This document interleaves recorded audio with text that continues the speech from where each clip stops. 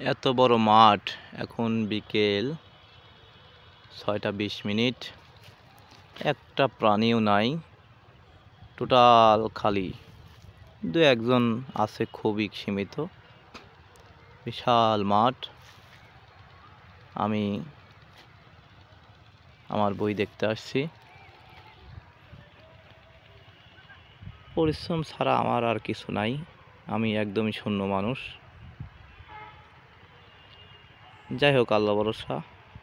আশা ছিল অনেক বড়, সব আশাই ভেঙে গিয়েছে বলতে ভেঙে চুরমারি হয়ে গিয়েছে। ওই আশা ছিল আমি সম্রাট, বড় কিছু হব। এখন আল্লাহ ভরসা, ইনশাল্লাহ দেখা যাক কি হয়। আশাগুলো হতাশায় গ্রস্ত পরিণত হয়ে গিয়েছে।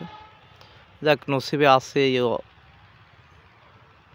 বলদ কৃষিকাজ, হালের বলদের কাজ করা, অগাধ পরিশ্রমের কাজ করা, যে কাজের মূল্য অনেকেই দেয় না, কিন্তু কাজটা খুব হালাল,